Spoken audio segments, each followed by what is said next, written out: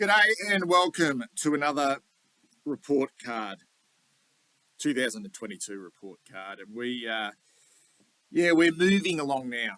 I've got some stuff I want to get through before the start of the national draft. So Charlie Curnow is where we're up to. So I just want to quickly pose a question to you guys. I suppose it's a little bit rhetorical, but if I was to say to you, so 12 months ago, if I were to say to you, you can only pick 3 players because we're only going to have 3 players on our list next year who will play all 22 games in the seniors. Only 3. So you've got to choose 3. I reckon it'll be 1,000,000 to 1. In fact, probably more.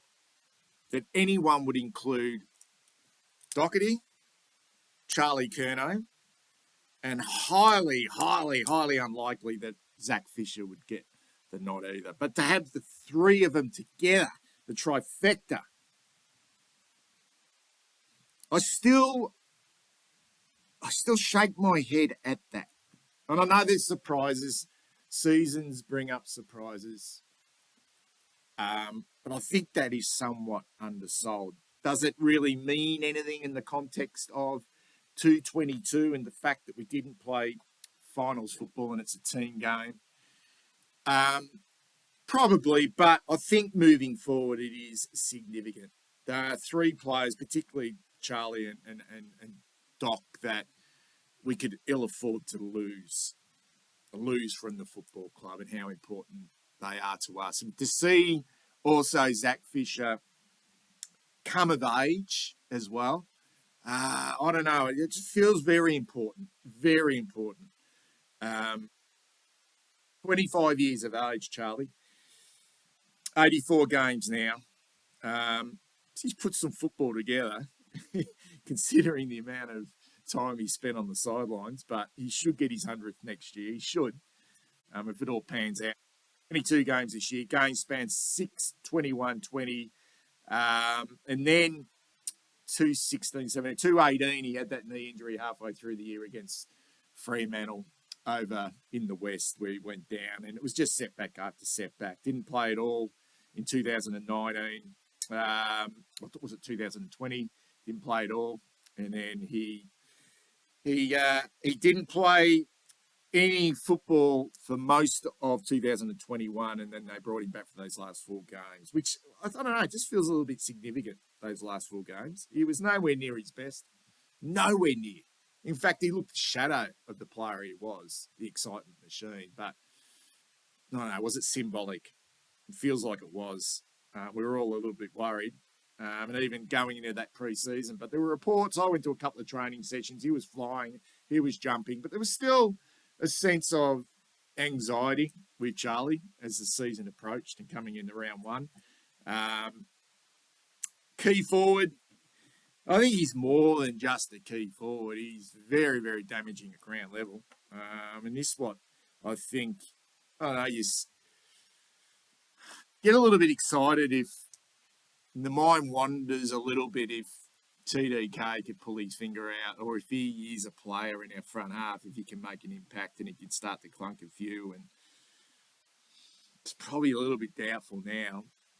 But, I don't know, Charlie can do everything. He can mark in the air. He can do it at ground level. So he's the perfect sort of hybrid forward, really, that we often speak about, or I often speak about.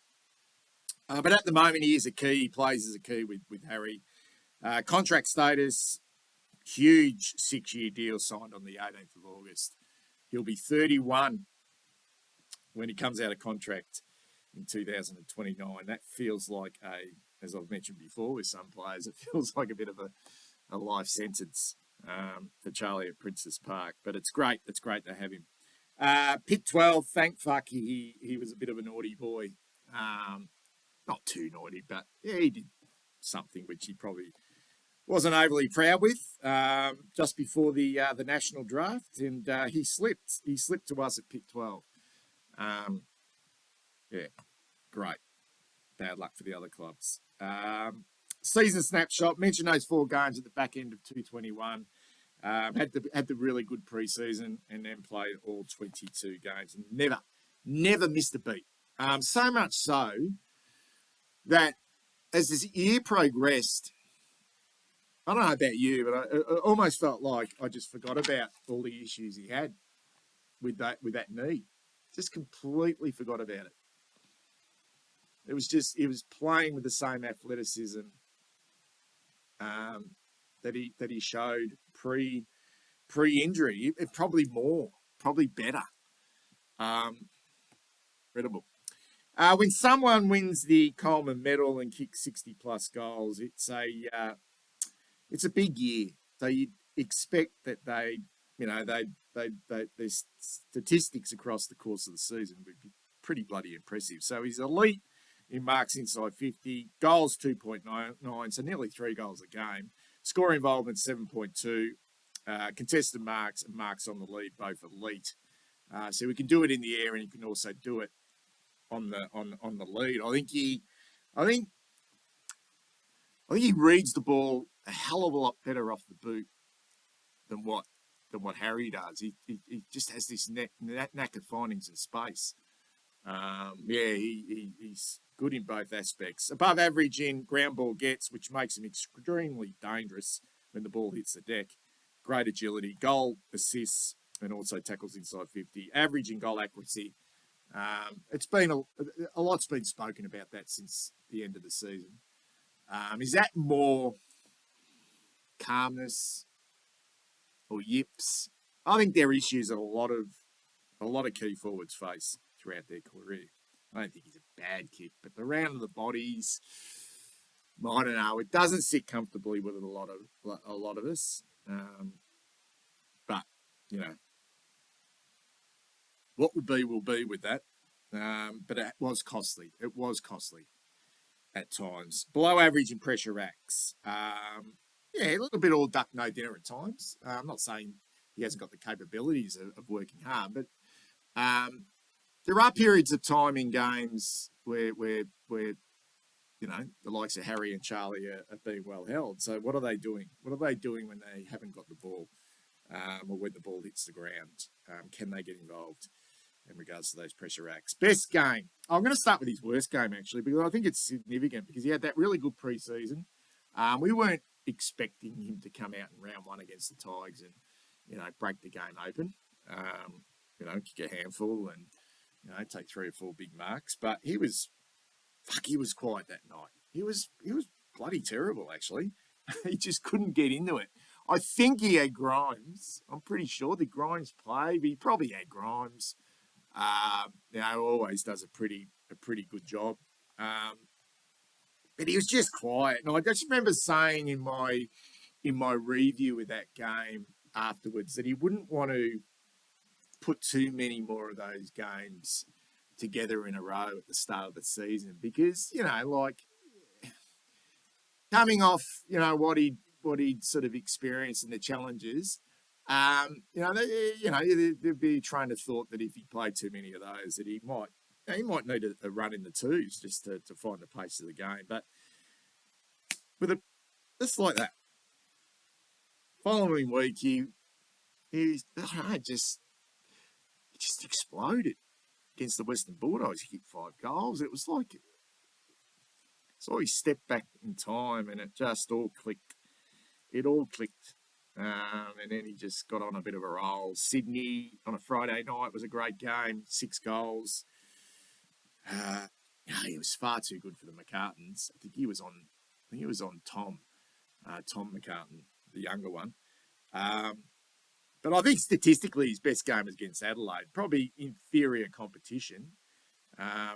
You want him to be breaking games open against the best. But, he was...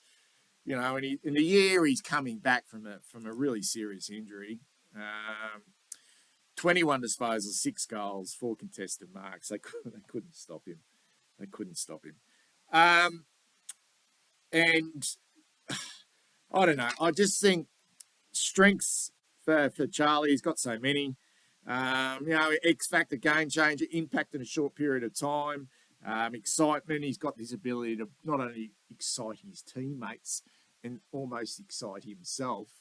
and get himself up and going. But he brings the crowd into the game, and I reckon he brings the opposition crowd into the game as well. Yeah, I mean, if you're an opposition supporter, you sort of love to hate him. You'd go there and just sit in wonder of what he can do.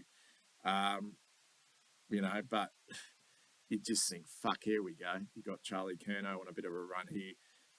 You just can't keep him out of the game for the whole 4 quarters. But he's got great athleticism, great leap, good endurance. He's not overly quick, but he's good. He's agile. He's got good penetration by foot, so he can kick a long goal from outside 50 when he winds up. Wouldn't say he's the best kick in the team, but when he winds up, he can kick a long goal, and he's a great mark. I'm being picky here with his weaknesses, but I just think consistency. I mentioned it around his stats. Consistency when he hasn't got the ball, and I suppose this goes with Harry as well. And I think all key forwards would go through a time early in their careers, and they're still relatively early in their careers where it's a bit of a journey. It's all about themselves and establishing themselves as goal kickers. Essentially that's their job, to kick a winning score. They've both won Coleman medals now, and I think, what is he doing? Because there's going to be large periods of the game where they're not involved, and I think you could take a leaf out of the likes of Jack Riewoldt and Tom Hawkins, and even Tom Lynch, for that matter, who are so selfless in the way they go about it. And just this notion of instincts v smarts, I think as a trainer thought that Charlie plays at his best when he plays on his instincts. But I don't know, at times we question whether he has got that calmness late in games and can own the real big moments for us. And we saw it unravel at the end of the year, particularly in that game against Collingwood, when a few mistakes were made, when the pressure was on. So, and the kicking around the body and not taking his time. It's just, it can be frustrating. I think he'd be pretty dirty on himself as well. One word, I'm going to say it 3 times: extraordinary. That's all I need to say. I gave him a 9 out of 10. The same mark as Patrick Cripps. Coleman medalist, 22 games, top 10 in the best and fairest. I think he finished 5th in our best and fairest, or maybe 4th. Super season. And it just, I don't know. It just, what are the expectations for Charlie next year? That's what I'd like to know from you guys. One, how did you see his year this year, which was obviously extraordinary given the circumstances? But what are now the expectations? He's with the club now until 229. What are the expectations moving forward? Let us know in the comments below. Speak soon.